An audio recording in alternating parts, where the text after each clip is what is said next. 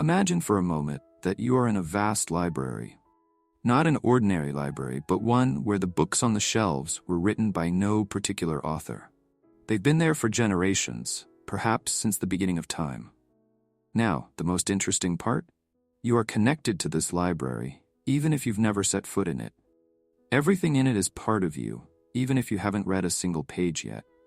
This is how Carl Jung described the collective unconscious. A place within us that holds ideas, images, and symbols inherited from human history. Sounds intriguing, right? Something so deep that it shapes our thoughts and feelings, even when we don't realize it. And believe it or not, most of us never stop to think about the power our minds carry in their depths. Now, you might be wondering, how is it possible that something so powerful operates in our lives without us having control over it? Well, think about how many times you've reacted to a situation almost automatically, or a dream that left a mark on you, but seemed to come from somewhere distant. These experiences are like doors opening to this hidden library, showing that our actions and thoughts can be influenced by something much larger than ourselves. But why does this matter? Because understanding this hidden power of the human mind allows us to see ourselves in a completely new way. Jung believed that this knowledge isn't just important, it's essential. It can help us understand our fears, our motivations, and even how we relate to others. And that's exactly what we're going to explore today. Because at the end of the day, who wouldn't want to uncover the mysteries hidden within their own mind?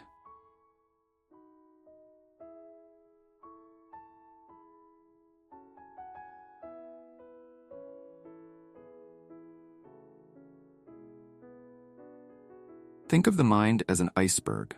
The tip we see, the part above the surface, is everything we know about ourselves, our conscious thoughts, our daily memories, what's right in front of us. But beneath the water, there's a massive silent expanse, shaping much of who we are without us realizing it. This submerged part is the unconscious, but Carl Jung went further and identified something even deeper, the collective unconscious. So, what exactly is it? To understand, imagine that you weren't born with a blank mind. In addition to the experiences you've accumulated throughout your life, there's a sort of psychic inheritance, a collection of symbols, images, and behavioral patterns we all carry, simply by being human. It's like a software that comes pre-installed in each of us. For example, have you ever noticed how different cultures across the world share similar symbols in their mythologies? The image of the hero facing a great challenge, or the nurturing mother who cares and protects, is present in almost every story. This isn't a coincidence. Jung suggested that these patterns, what he called archetypes, are born from the collective unconscious.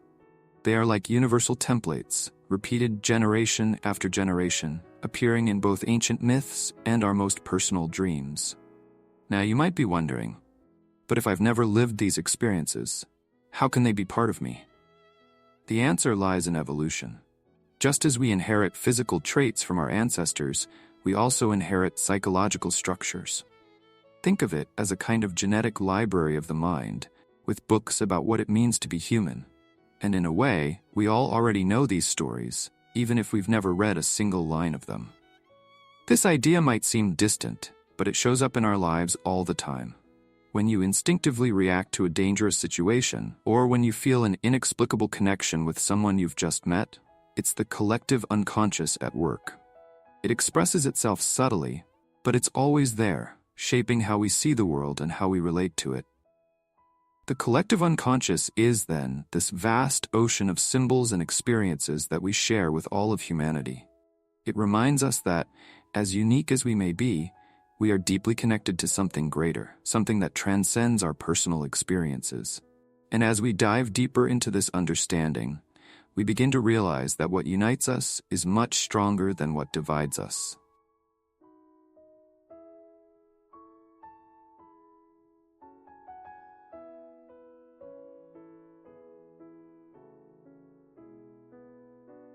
Carl Jung always believed that dreams are not just a random sequence of images that our minds create while we sleep.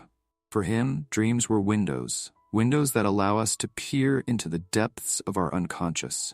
And more than that, he believed these windows opened to truths that would otherwise remain hidden. One of the most significant moments in Jung's life happened during a dream. He found himself inside a house that, at first, seemed to be his own. On the upper floor, everything was decorated with elegant furniture and classic paintings. But as he descended the stairs, the surroundings became older, more primitive. He passed through a medieval floor, then a stone staircase that led him to an underground cave with bones and remnants of an ancient culture. And then he woke up. At first glance, this dream might seem strange, but for Jung, it held deep meaning. The house was a metaphor for the human mind. The upper floor, with its sophistication, represented consciousness, everything we know and understand about ourselves. But the deeper he went, the closer he came to the unconscious, revealing older, more mysterious layers of the psyche until he reached the deepest level, the collective unconscious. This journey through the different levels of the mind reflects the way Jung understood the psyche. He believed our mind is like a structure with multiple layers. On the surface is consciousness, where we process our daily thoughts. But the further down we go, the more we encounter unknown contents, forces we do not control. And it wasn't just this dream that changed the way Jung saw the world. Throughout his life, he had many other powerful dreams that connected him to universal symbols and archetypes. From the underground god that haunted him as a child, to symbolic encounters with mythical figures in his adult years, Jung believed that his dreams were more than mere reflections of his daily life. They were invitations to explore the unknown. But why does this matter to us? Because Jung believed that we all have this potential for discovery. Our dreams are not just disconnected pieces of imagination. They are messages. Messages that, if deciphered, can help us understand not only who we are, but also what connects us to the rest of humanity. And as he discovered in his dream of the house, the deeper we dive, the closer we come to the roots of our shared existence.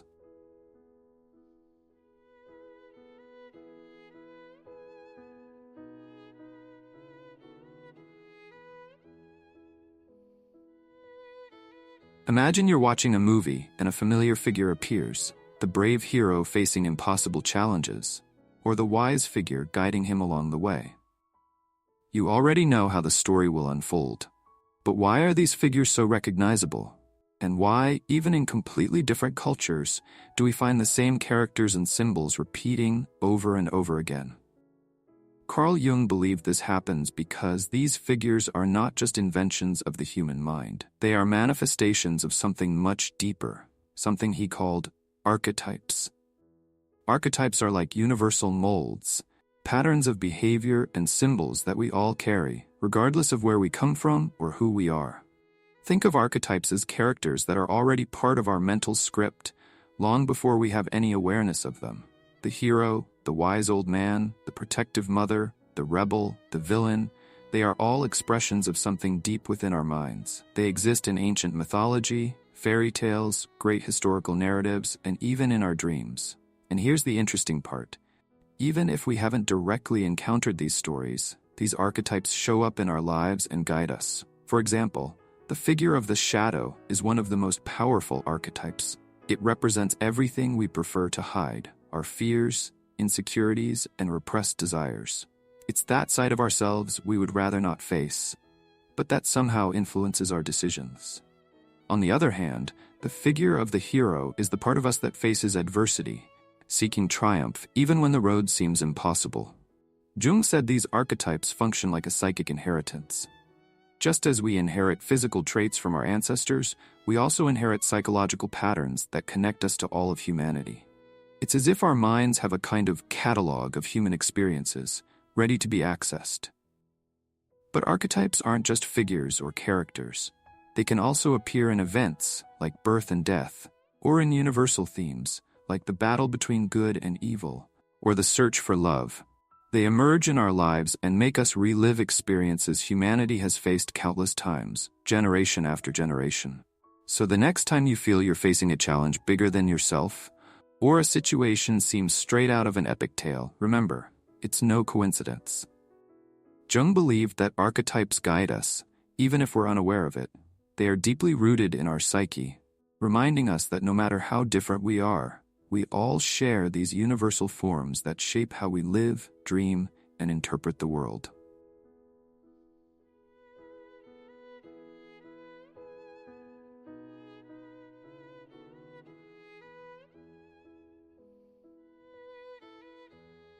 Have you ever woken up from a dream with the feeling that it was much more than just a product of your imagination? Perhaps you dreamed of something so intense and vivid that it felt real, as if it were trying to tell you something. For Carl Jung, this feeling was no coincidence. He believed that dreams are the language of the unconscious, a way for our mind to reveal what we can't see when we're awake. But Jung went further. He not only studied dreams, he also developed a technique called active imagination. This practice allowed people to engage with the unconscious directly, bringing forth images and feelings that would normally remain hidden. It was as if, instead of passively waiting for dreams at night, you could consciously dive into the depths of your mind while awake. Think of active imagination as a dialogue between you and your unconscious. Imagine that you had a strange but deeply impactful dream. Instead of just ignoring it, you sit down, close your eyes, and begin to relive the dream. But now, instead of merely observing, you participate. You talk to the figures that appeared, ask what they mean, and explore the setting in detail. Slowly, what seemed like a simple fragment of the unconscious turns into a revealing conversation about your fears, desires, and unresolved issues. Jung discovered that by giving voice to these inner images, they lose some of the control they have over us. If you've ever dreamed of being chased by something scary, you know the feeling of helplessness. But what if, instead of running, you turned to that figure and asked why it was chasing you? The simple act of paying attention to these figures, of trying to understand them, transforms your relationship with them. They stop being uncontrollable monsters and become messengers of your own unconscious. Dreams and active imagination are, for Jung, like maps. They help us navigate the labyrinths of our minds, guiding us through parts that would otherwise be unknown. And often, these parts are essential to understanding ourselves. After all, what are our dreams but the unconscious trying to show us what we are ignoring? But there's an important point here. Dreams don't always come with easy answers. Often, they are cryptic, disconnected, almost impossible to interpret right away. This is where the importance of active imagination comes in. Jung saw this practice as a tool to bring up what is dormant. By actively focusing on an image or fragment of a dream, we can begin to uncover hidden meanings, patterns, and most importantly, learn something about who we really are. So, the next time you have a strange dream or feel that a mental image is haunting you, remember, maybe it's your mind trying to tell you something you haven't yet understood. And, who knows, if you give it the attention it deserves, you might find answers you never imagined were there.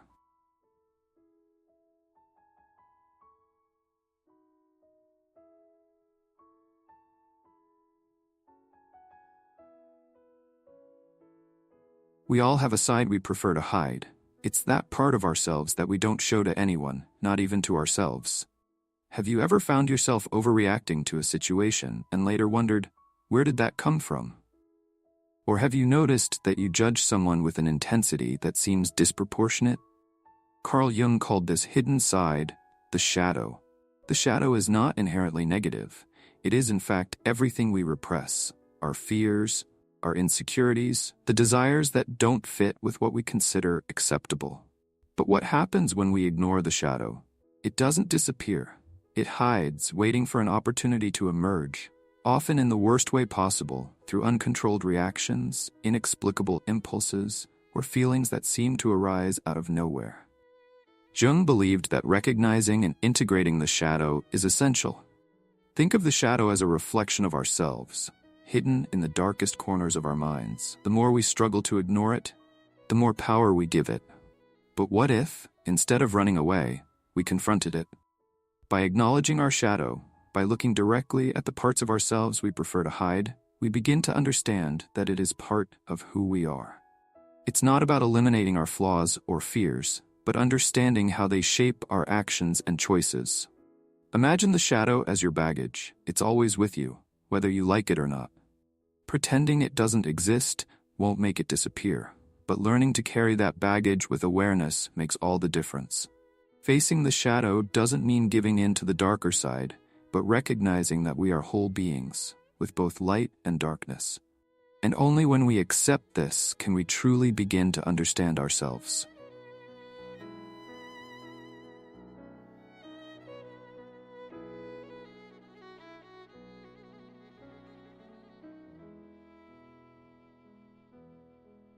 Imagine that life is a journey, but instead of an external destination, the true endpoint lies within you. For Carl Jung, this journey is the process of individuation, the path to becoming who you truly are in your entirety. However, unlike what we often think, this is not a quest for perfection. It is a journey to integrate all parts of ourselves, the light, the shadow, the fears, and the desires, everything that together makes up our essence. Individuation begins when we recognize that we are not only what we show to the world. Jung described the self we present socially as our persona, a mask we wear to interact with others. But behind this mask, much more is happening. There is the unconscious, filled with parts of ourselves that we try to hide or even ignore. The process of individuation, then, is the act of removing that mask and starting to explore what lies beneath.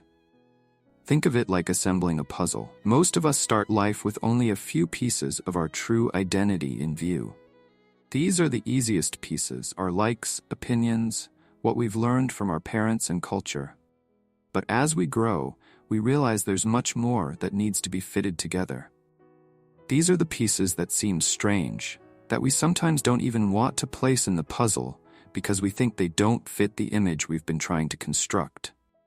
This is where individuation comes in. The process is neither linear nor simple, and certainly not quick.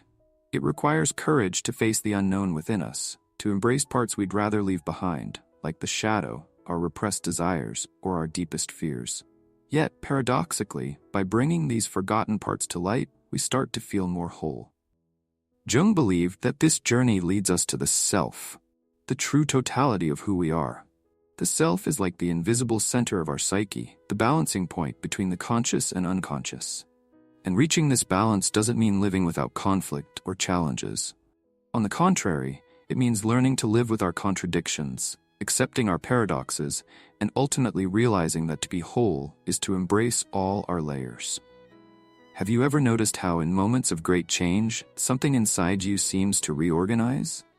As if, suddenly, the puzzle pieces begin to fit together in unexpected ways? That is individuation in action.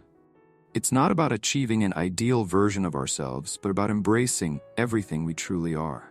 In the end, individuation is a journey that never fully ends, but it's also the only way to move closer to true wholeness.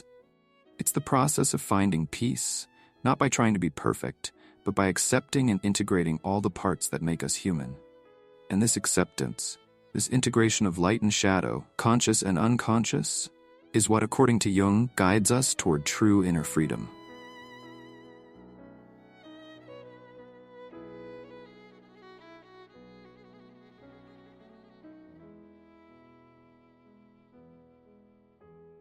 Imagine a perfect circle, filled with symmetrical and harmonious shapes within it.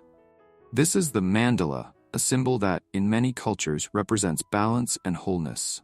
For Carl Jung, the mandala was more than just a simple design. He saw in this symbol an expression of inner unity, a reflection of our psyche's search for order, even amidst chaos. Jung's fascination with mandalas began when he noticed that they appeared spontaneously in the dreams and artwork of people across the world, regardless of their cultural or religious backgrounds. It was as if the human mind, in its effort to reorganize itself, naturally created this circular symbol to represent the quest for completeness. He wasn't wrong. Mandalas are present in many spiritual traditions, from Hinduism to Buddhism, always associated with the idea of totality and harmony. For Jung, the mandala wasn't just a religious symbol. It was a reflection of the self, the deepest and most essential part of who we are. In the process of individuation, the journey toward becoming a more complete version of ourselves, the mandala serves as a guide. It represents the moment when all the conflicting parts within us, both conscious and unconscious, align in a pattern of balance. Think of it as the mind creating an internal map. When life feels fragmented, full of disconnected pieces of who we are, the mandala emerges as a point of reference, a symbol that deep down, everything can be organized into a harmonious whole. For Jung, drawing or visualizing mandalas was a way to restore inner balance, a reminder that despite the tensions and conflicts we experience, there is always the potential for alignment. This perfect circle, then, is more than just an image. It reminds us that the search for harmony is a constant journey, and that somewhere within us, we already have the tools to achieve this unity.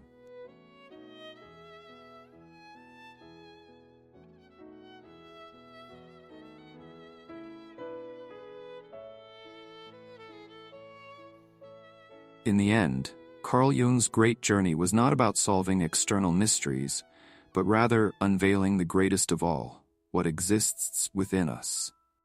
He believed that we are more than the versions we show to the world, and that to truly understand ourselves, we need to venture into the deeper layers of our psyche. Think for a moment. How many times have you found yourself acting unexpectedly, without knowing exactly why?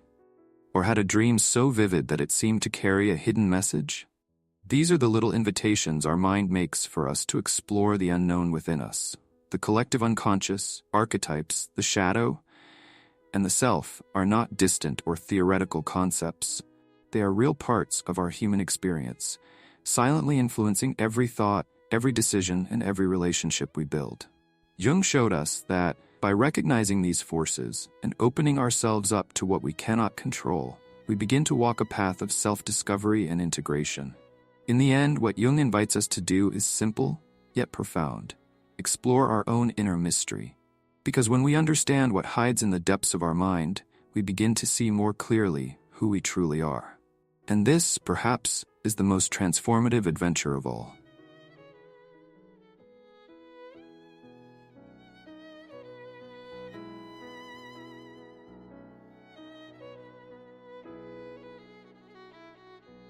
If you enjoyed this dive into the world of Carl Jung and the depths of the human mind, please give us a like and subscribe to the channel for more content that explores the most fascinating questions of our psyche.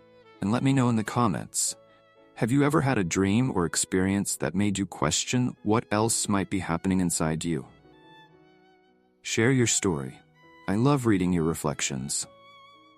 Oh, and don't forget to hit the bell so you don't miss the upcoming videos. Until the next journey,